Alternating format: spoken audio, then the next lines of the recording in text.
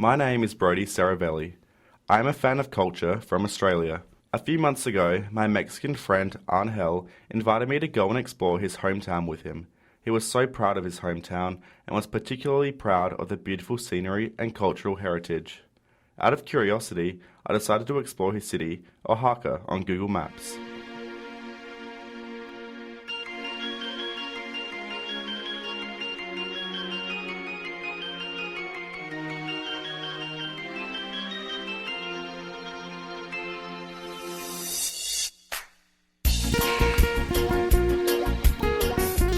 Oaxaca's heritage is so extensive.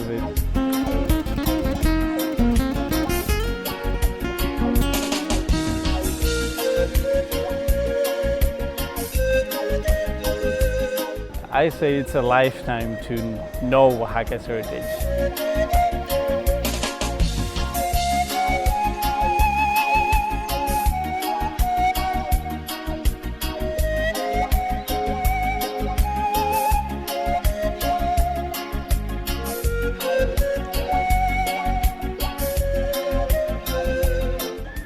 I believe it's losing itself, slowly, you know.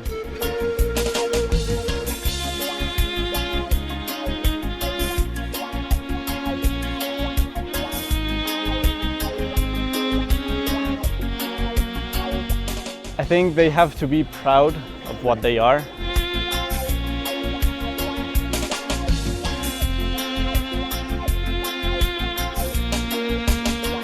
This is Oaxaca. It's my hometown, and I feel very happy to be part of this community, and I'm just proud and grateful to be able to live everything that this beautiful state has to offer.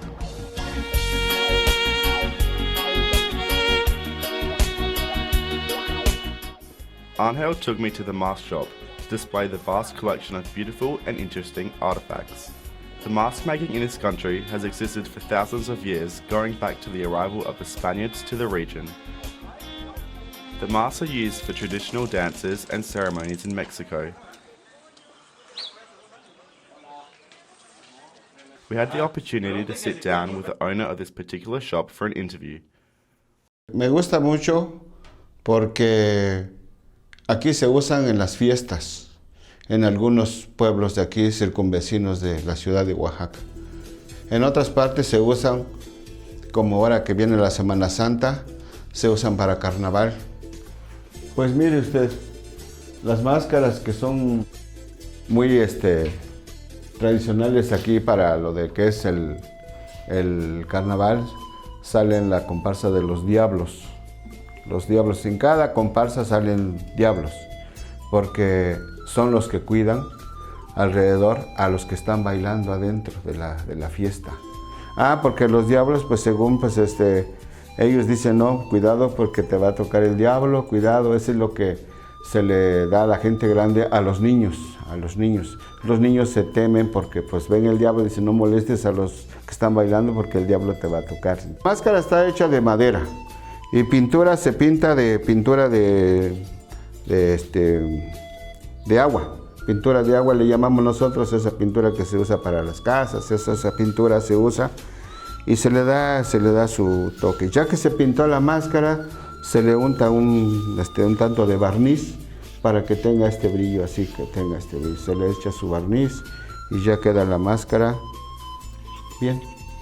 Yo pues realmente esto ya se quedó de colección mía. Esta es una colección, todo lo de bar, todo eso, porque ya no lo vendo, porque yo ya terminé ante las autoridades de Hacienda, todo, ya di de baja mi negocio, ya lo di de baja. Ahorita pues ya esto lo tengo para los que vienen a visitarme como ustedes, como las personas que vienen y les agrada, con mucho gusto les muestro, les enseño las cosas, porque esta fue parte de mi vida. Fue parte que yo lo sigo valorando, lo aprecio mucho, y las personas como ustedes que vienen, me da mucho gusto que lo admiren mis cosas, vean, y cuando ustedes gustan venir, pueden venir a ver, pero todas estas cosas ya es de mi colección, ya, así lo tengo ya. I was saddened by the lack of appreciation and respect for the fascinating heritage. I understand Arnhel's rationale for the slow loss of their heritage.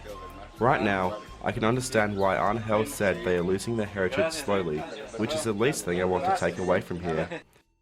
With a heavy heart, I went for lunch by myself and ordered Mexican-American food. Trust me, ordering food with other languages is fun. The delicious food reminded me that Oaxaca is also famous for its variety food selections. One of the most important would be chocolate.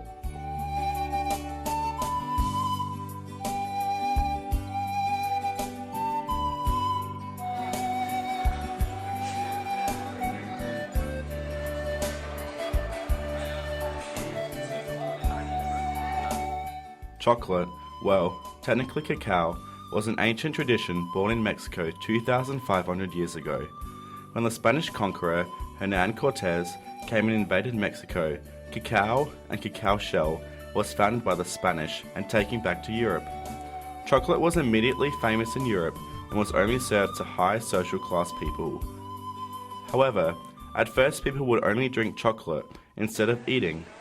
The solid form of chocolate was invented in 1847 in Dutch Europe. Francesco is an Italian who came across Mayordomo during his time at the Salon d'un Chocolat in Paris, and from there he came to Oaxaca to work for Mayordomo 20 years ago. He runs the chocolate shop and has said he loves this place and would like to stay. Right now, he's helping to preserve the Oaxacan heritage.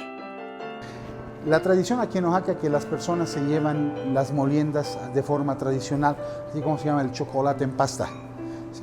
Normalmente lo que nosotros conocemos es el chocolate en tablilla o en barra. La gente se lo lleva así en su casa, en pasta, y en su casa hace sus bolitas o hace sus tablillas y lo guarda en un frasco. Ahí cuando lo necesita lo agarran y lo preparan con leche o con agua.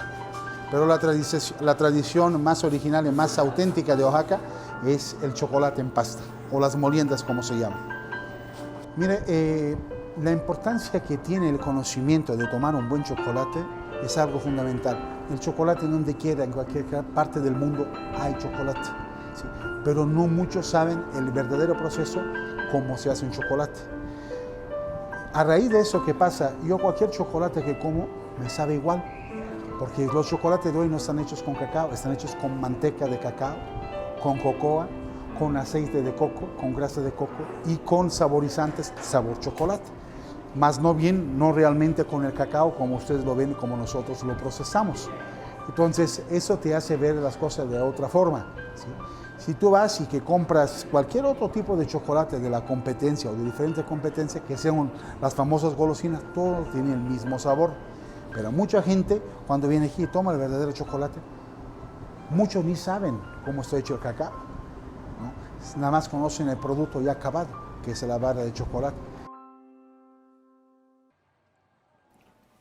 After interviewing Francesco, I realized that I worried too much about the decline of the Oaxacan heritage. Although you can see that people here are more interested in modern city life, it doesn't mean they will abandon their culture. People are always curious about new things that they have never experienced, and as the globalization increases, the younger generation will have more chances to learn and know the other parts of the world. But when the younger generations learn and bring new elements back to Oaxaca, they will mix their culture with the other culture and develop their heritage even further in the 21st century. Authenticity is always good, but it doesn't mean we all should be close-minded and refuse to learn things from others.